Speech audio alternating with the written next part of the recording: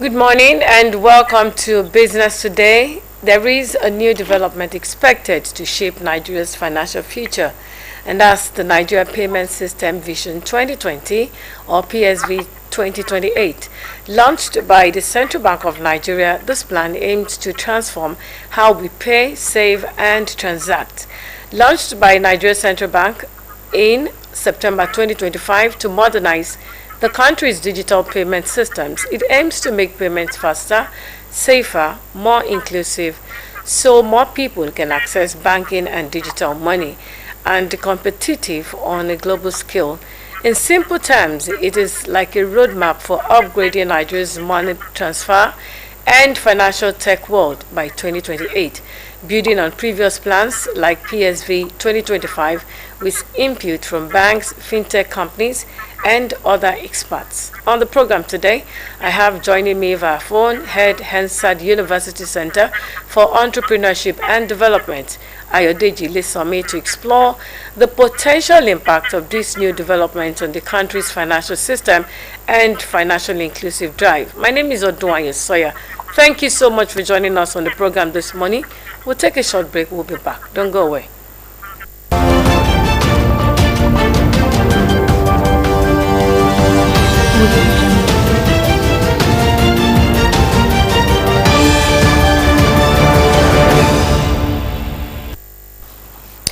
Thank you for rejoining us. This morning we have joining us via phone Ayodeji Lesomi. He's the head Hansard University Center for Entrepreneurship and Development. Thank you so much, Ayodeji, for joining us on Business Today. Thank you for having me. You're welcome. Now, let's begin this way. The Central Bank of Nigeria has launched a payment system to modernize its digital payment system. How does this payment system, Vision 2028, how will it build on the PSV 2020 and PSV 2025? Okay, thank you once again. So, like you rightly said, this PSV 2028 is basically the 2025 is basically to succeed the previous PSV working policy document, and the whole intention is to serve as a blueprint for deepening our payments ecosystem. As you can see, in the last 10 years, we have seen a rise in how we move money in Nigeria.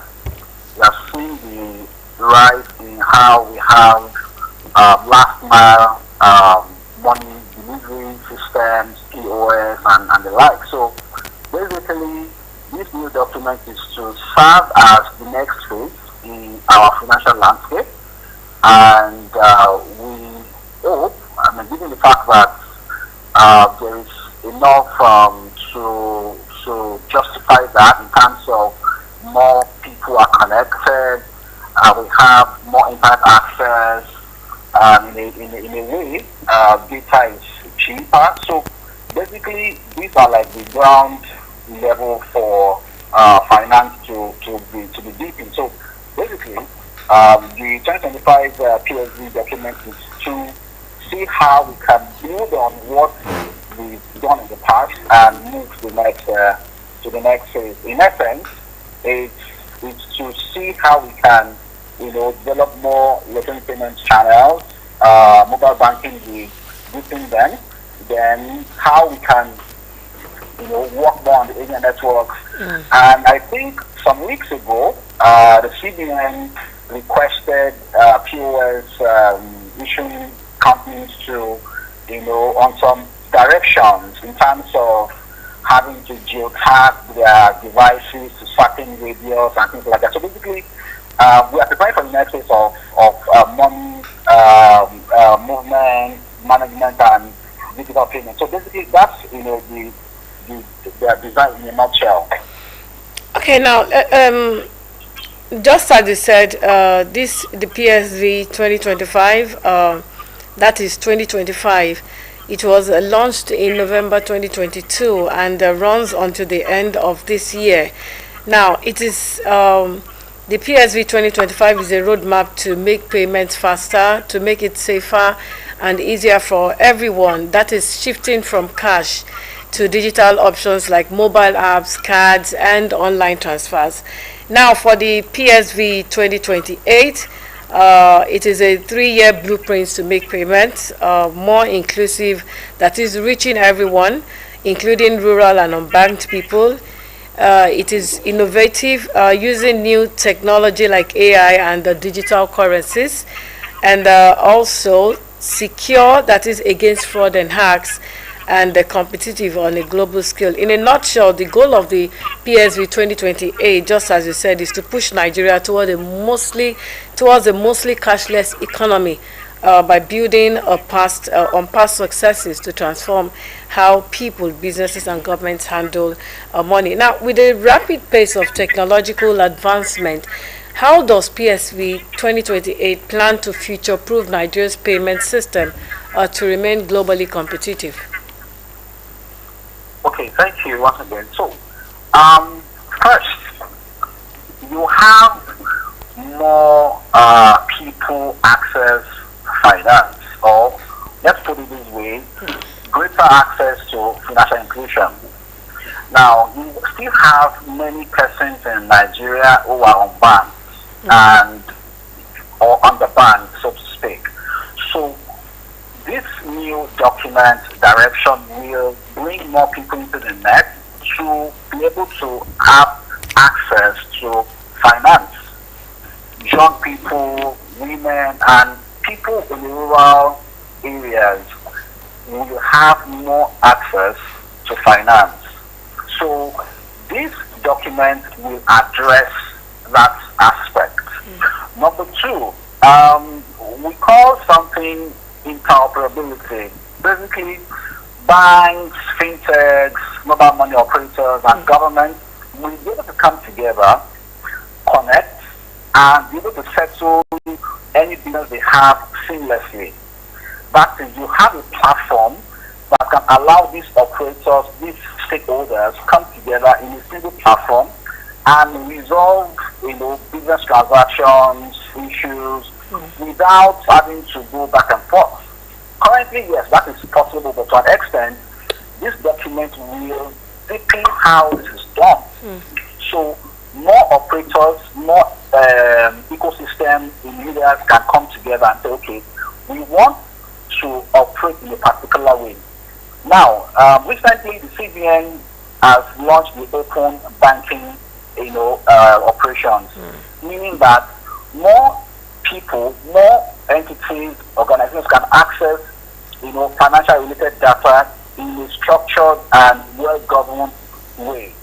So it is part of the PSB 2025 that will, see to, the ecosystem leaders be able to come together and manage their relationships in a more, open way and, very transparent. Then number three, we are going to have something like, that favors the economy. The economy would improve because if we have a more structured way of making payments, Nigeria will become, a payment hub in Africa, which, it is, at the moment. So we will be able to have to trade with other countries in Africa in a more easier way. For instance, we have the AFTA policy that allows countries in Africa, to be able to trade among themselves without, much ado. So this PSE document will, 25 will allow that to happen, seamlessly. And also, as we have witnessed in the last 3-4 years, we've seen innovation in finance and payment so far. So this document will deepen, innovation in payments. For instance, in lending, which is part of the payment ecosystem, lenders can be able to see the historical trajectory of anybody who wants to borrow. So you can be able to make a choice either to advance the lender, that facility or not. So it is also, part of what the document is trying to achieve. You can have a credit scoring system that score, users based on their spending habits, patterns, and the likes. So it is part of what this PSD 25 seeks to achieve as well. So on a more bigger scale, we'll have the landscape more secured. I mean, there is more security and trust in the chain. More protection for the consumers. Better practices to manage fraud. Like preventive actions that will manage fraud better. And you have, data privacy. I mean, that's a major one. Financial data of users, must be, properly protected. And if they're going to be accessed, they must be accessed in a very regulated manner. And, when all this happens, it would be for the good of the economy. Payments, you go to buy something, you can pay fast with your thumbprint or something that makes, people selling. For instance, you go to a shop, you want to make payment, you don't have to be bothered. You make payment, and the person you are buying something from is certain that the payment is going to come without stress. So basically, these are the things that will likely happen if this document is adopted and begin to be implemented.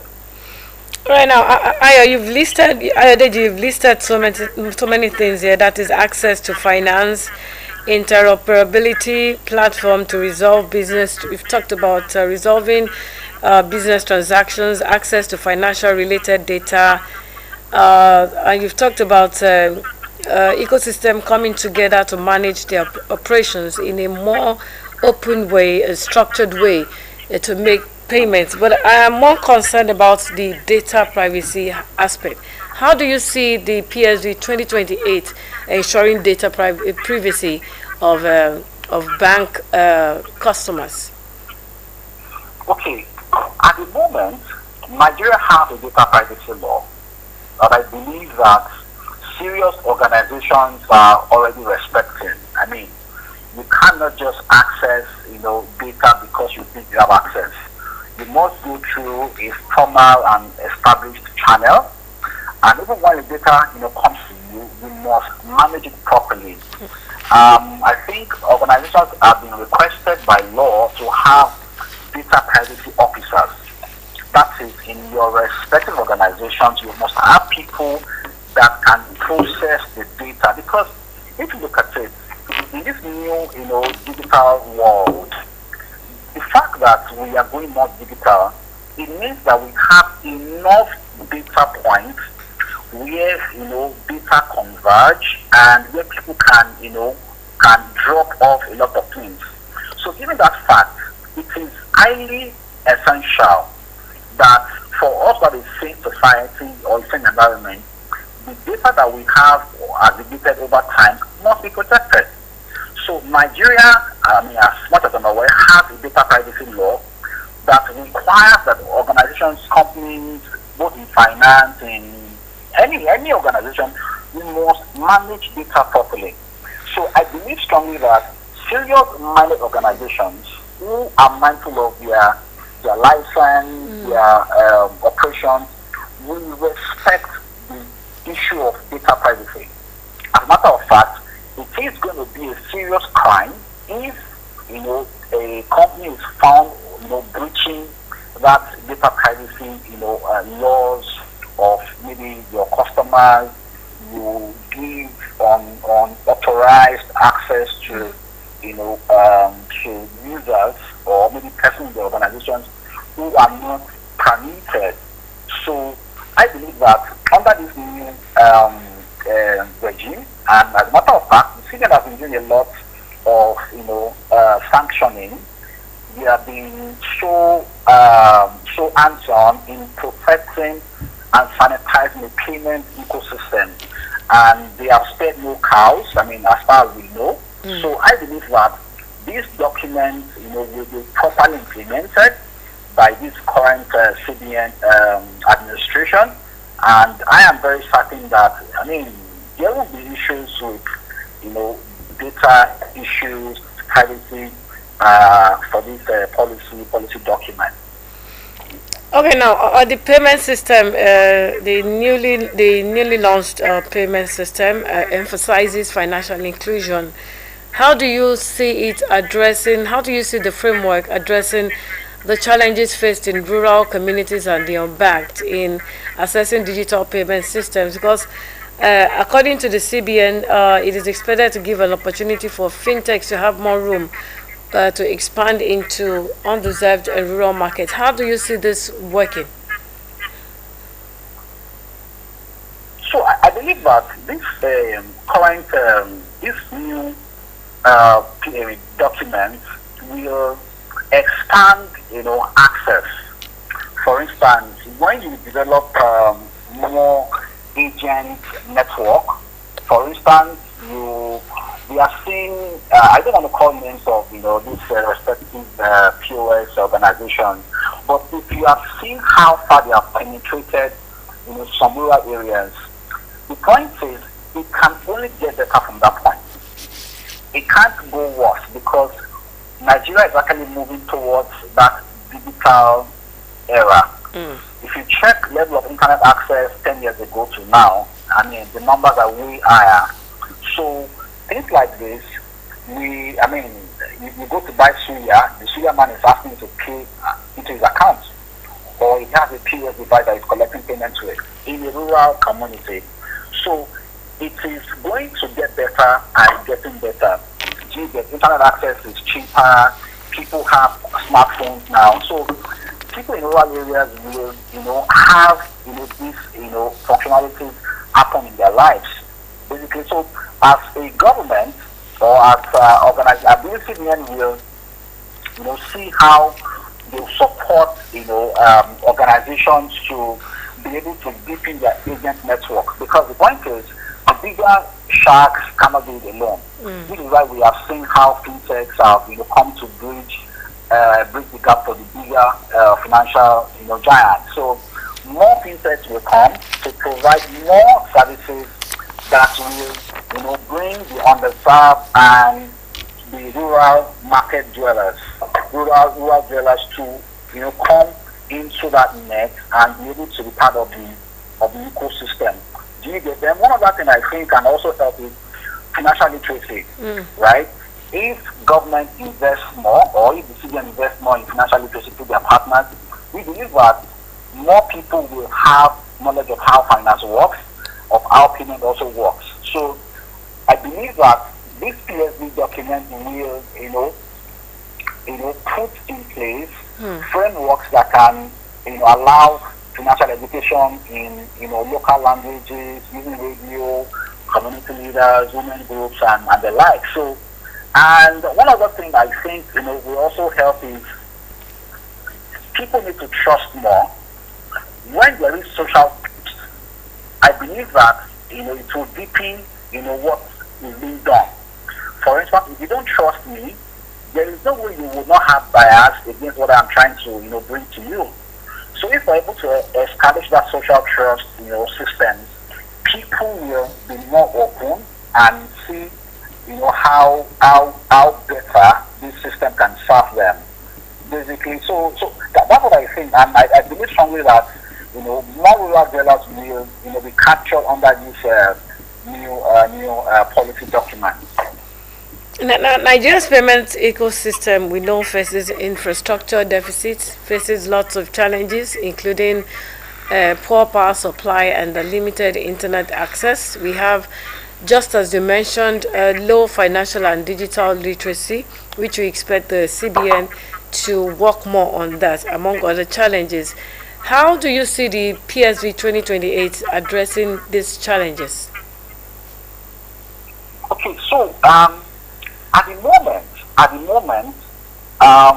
as per the policy document, the CBN has actually created about 5 or 6 working groups to support various elements that will make the document successful. So the first is infrastructure and interoperability. So basically, this working group, their job will be to see how to, build and support the infrastructure. That is the payment infrastructure, settlements, systems, networks, and see to how payment can be real time, 247 amongst all the operators. Okay. So then number 2 is a committee on a working group on digital financial inclusion, consumer protection, and financial literacy. So this working group, their job will basically to expand access to the digital financial policies and how to protect users that are vulnerable. Okay, so that's another working group. Number 3 is innovation and digital identity and emerging technologies. So basically, this working group will focus on how to drive innovation and create sandboxes and things that we call them platforms that can allow you to test your ideas to see that if this idea can work or not. Okay, so this working group will see to that that happening. And number 4 is the cross-border payment integration part of it. So this working group, their job will be to see how we can build frameworks that enhance cross-border settlement better. I mean, at the moment we have a system called PSS, that's the Pan African Payment System, right, that allows ecosystem players in Africa to pay amongst themselves. So, for instance, you are in Togo or you are in Morocco, you can pay me in the local currency in your country to me in Nigeria. So things like this are already going on. So I believe that this PSB will further address most of these challenges: infrastructure, network, financial literacy, and next step. So the point is, the CBN is mindful, and they have created like I said earlier, working groups that will capture. In fact, the 6th one is the one that speaks to communication. I think strategic communication. Yes. Because we know that everything we will do requires that everybody must be carried along. People must understand, what you are trying to do. So that is also part of working that I think the CBN is trying to work on.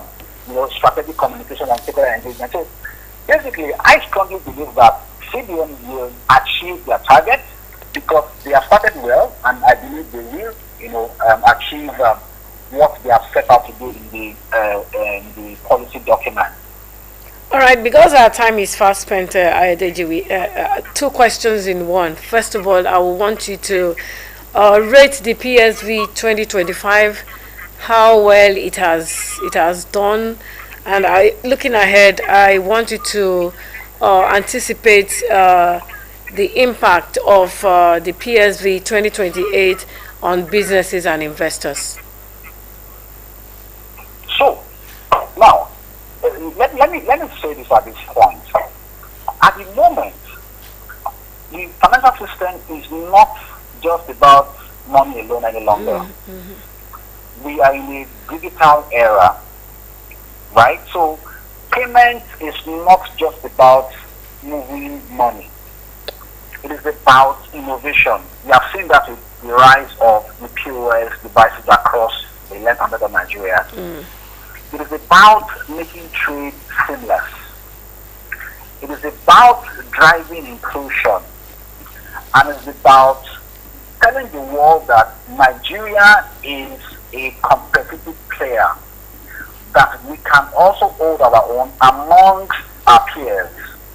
We have seen people coming to Nigeria, to recently, we saw an organization that allows people coming to Nigeria to spend naira. For instance, you are coming from a country that is not, an African continent, and maybe your currency, just come to Nigeria, you can spend your money without you having to change and convert your money to dollars or to naira or things like that. So these are part of the things to show that the direction is set. People are getting prepared. Innovators, are already, planning to launch themselves into the new digital payment era that is coming. So I strongly believe that this new PSB document coming up will achieve all that we are set to do, right? Because, I mean, we are at that point already. People are ready. People, if this suya person or somebody, selling things on the road can have an account that you can transfer money to right on the spot. I mean, without you having to say, okay, let me go and look for cash. I mean, it's a big surprise for me that you go to buy suya and the suya man is telling you that, oh, they are sent to my account.